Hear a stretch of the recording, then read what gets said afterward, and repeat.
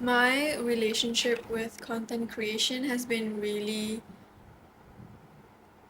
I would say it's a turmoil. When I was younger, 7, 8 years old, probably 9, my mom got me a laptop, a mini one, a very small one.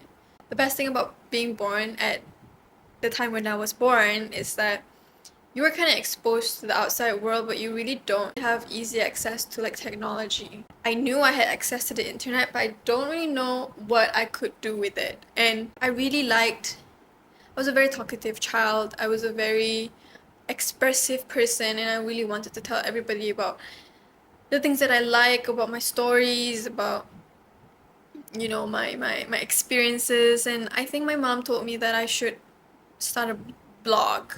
If you don't know what a blog is, it's basically a platform where you are able to write anything you want. Maybe you guys would know WordPress is one of them, but back then I used Blogspot, which I don't know if Blogspot is still a thing. I created an account on Blogspot, and that was, I think, the start of my content creation journey, where the link is still public, by the way. I have no idea how to get it down, and it's always a fun fact for me to tell my friends, like, hey, actually I have a blog, if you like, since I was a kid, and I still have the link if you guys want to go and find it, which, like, if you read back all the posts that I did, it's really, really, it's a type of stuff that only kids would write. But having to look back when I'm like in my early 20s now, I'm like, what the fuck? I'm really grateful that my mom really did started me on that whole thing, and that it's still public now, because how often can you actually look back at the stuff that you did when you were younger? Not that often. So, when I look back at all the posts that I did, I thought that how innocent and naive was I to be sharing about things like that and not caring about what other people think, because you have to remember I was a kid at this time. And, my grammar was all over the place. My sentence structure is not perfect. My opinions and my thoughts were childish. I'm so critical of the things that I did when I was younger, and you really shouldn't, because when I was younger, I didn't give a fuck about what I was writing about. Like, all I wanted to do was just tell the world I had a bad grade, I had a bad day. I went on YouTube, looked at music videos, played Sims to busting out. Those were like the things that I wanted to document, because things stay there digitally forever, and it really has paid off, because I'm older now and I get to look back at all the things that I've done when I was younger, and I think that is the essence of content creation. Like, back then I didn't care if I didn't have views. Who the fuck was gonna look at my blog when I was 10 years old? And I can assure you, a lot of the comments and engagements probably came from my my mom's friends and my dad's friends, and they were the ones that were looking at my posts and like commenting stuff, seeing how this kid has grown from the age of 9 to 10. And blog was like essentially how I discovered, like, sharing things has its merits, right? Has its benefits. But I didn't continue writing, I think, on the blog. I think I stopped when I started going to like middle school or something. Well, yeah, I wish I had kept logged of my old Instagrams, which I had a lot of Instagrams, because I did post a lot on Instagrams, back then when we had to use those Instagram filters, when we had those white borders on our Instagrams. This is another thing that I want to talk about, is that if you were to look at my digital presence, like the amount of times it has been started, restarted, died, reborn, restarted, died, reborn, I don't think I could even keep track, because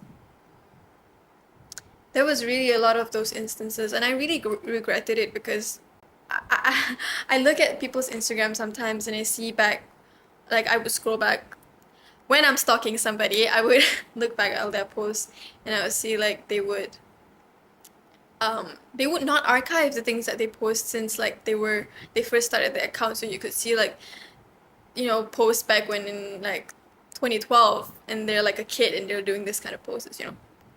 And you're like, shit, this is fucking cool. I know people's natural instinct is to archive those pictures because, you know, it's fucking embarrassing to have those pictures. But I'm a firm believer that if you have those pictures when you were older, the fucking coolest thing you could do is keep them on your feed, because I fucking love to see that whole journey. It tells a lot about that person, and I never had the experience to do that. If I wanted to, I can't because I fucking deleted it, which I fucking regret because why the fuck did I do that? Sorry, I forgot to say this thing. I'm currently editing the video and I just want to put a disclaimer and say that whatever that I'm talking about here right now is referring to like my old TikTok account, which is not the current TikTok account that I have. Yeah, that's what I will be talking about in this section. Thank you. Thank you for being patient. Fast forward to like when I was 18, 19, I started a TikTok account. TikTok during the pandemic was like the biggest thing ever, right? And I think the reason why I started TikTok was that I was doing a project in university. See, I never really started doing TikTok until I had a reason to do it, because previously I would only have TikTok account just to like post those stupid trends where you like dance and stuff like that. But then when I joined this project thing that I had in university, it had something to do with research. I was majoring in media and communications, right? So I did a side thing with my lecturers and I hopped in this project, this research project on like using social media to like spread advocacy to people. One of the things that I initiated is to actually spread advocacy through TikTok, which I did. I used my account because, you know, we thought that there should be a face behind this advocacy, right? So the metric of success in the research project is that people need to be engaging with this advocacy TikToks, right? So at the start, I did post a lot about like migrant workers, about LGBT plus communities, about indigenous people. My job as a researcher in the project is to make sure that the things that I post about advocacy will actually attract people's attention. So how do you do that? I was running a lot of tests, I was posting a lot, and I found out that if you combine entertainment, viral trends with advocacy, you're able to spread the message wider to the masses. And I did, and it was successful, and I did gain a lot of engagement. You know, people were commenting on my stuff, people were having discourse about migrant workers, people were having discourse about politics, you know. It's insane because back then TikTok didn't have a strict censorship as compared to now. And I had a lot of fun doing it. You know, when I was doing the research and I'm putting numbers into the slides to present to my lecturers, it is just fucking crazy. It's bollocks, you know? Because, you know, I'll be writing engagement, like 500k views, you know, 5,000 followers gain, and I'm actually doing something impactful. That was great. That was fun. And then obviously the research project came to an end, and I didn't know what to do with this platform. You know, all I knew is that fucking dopamine hit of like notifications were really, really, really fun, right? So I was like, why not I just continue doing TikToks? For what? I don't know. Throughout the whole entire time when I was posting content on my old TikTok, it was really about going as viral as I can. It's gotten really lost in the message, and also I was really struggling with my identity back then. I was going through a lot of stuff, personal stuff also. So like posting on TikTok was really just a way for me to cope with all that, and seeing people's engagement was just a way for me to feel better about myself. I admit that, and then I take responsibility for that. Because I gained all that following, it was really catered to the mass. So whatever content that I did that was niche. For example, like let's say if I was sharing my interest, it wouldn't get the same amount of views as compared to things that are more like viral trends, you know, using like viral sounds. Whenever I did post something, and I could tell that I wasn't really passionate about posting on TikTok anymore, because I felt like I was not engaging with the right type of people. You know, I was engaging with a lot of, and there's not to say that there's a right type of audience or wrong type of audience. It wasn't just the type of audience that I connected with. Um, and I remembered having to like delete a lot of comments because I just didn't like the way certain people say about certain things, you know.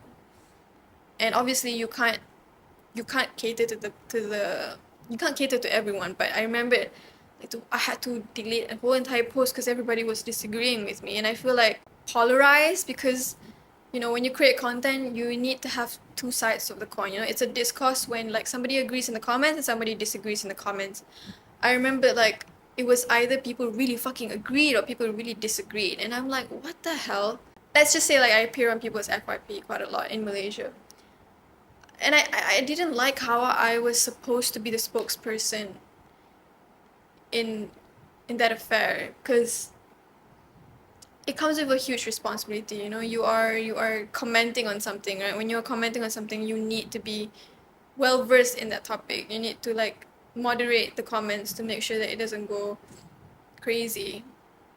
And I just didn't like that. You know, I remember that I have to do this because you know I need the views, I need the followers, and but like deep down inside me, I knew that's not what I wanted to do. You know, I felt like I wasn't authentic as well, and that is also something that's related to my personal life. Like I felt like I was putting up a persona that wasn't true to me. I felt like if I said certain things, then I would be frowned upon, and maybe it wasn't worth mentioning in the first place, which is really bad because, you know, if you want to compare it to like when I was younger, I would not give a fuck about what people would say, right? So why am I acting differently when it comes to like, you know, when I'm older using TikTok? So, I mean, if you know, you know, I was associated with a certain name because that was my username. So, yeah, even until now, people still call me by that name, which I'll never fucking say again, you know, because I have to admit it's a very embarrassing time of my life, you know, looking back at it now, you know, because now I think I like to say that I'm quite true to myself. I think, I 100% think that me back when that happened wouldn't say the same. But the reason why I cringe so bad is that that wasn't really me. That was just something that I created.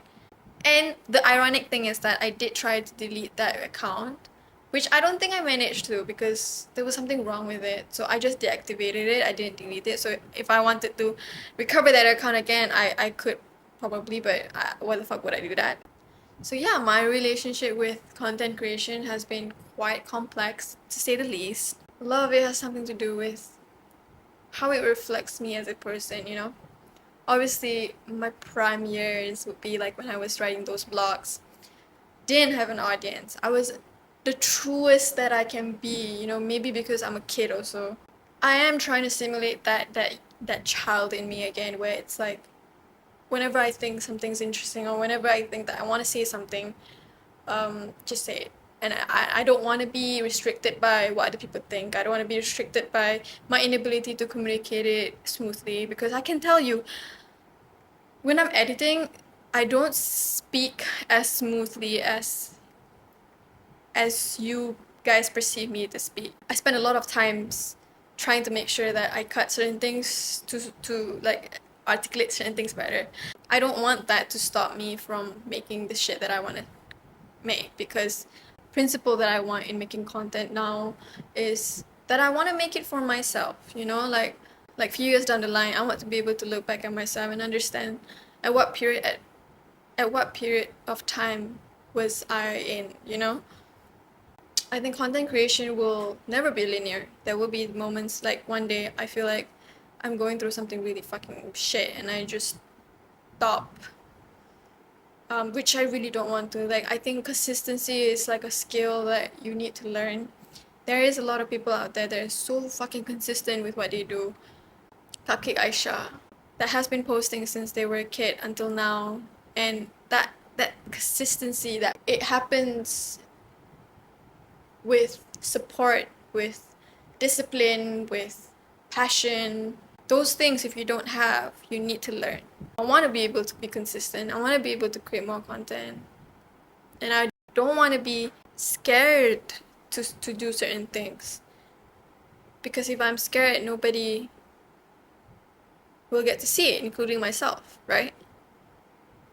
And even if I'm fucking shit, 10 years down the line, I'll be able to see this video and be like, wow, she was so anxious. Look at me now. This is not a message to people also, like, hey, go do your thing, make content, like, pursue your dreams, like that. I promise you, this is not what it is.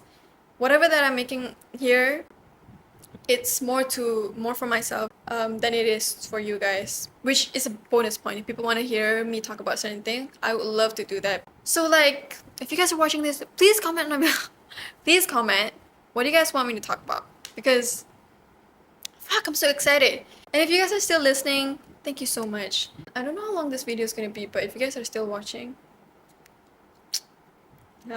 thank you. I appreciate that. I don't talk a lot to a lot of people, so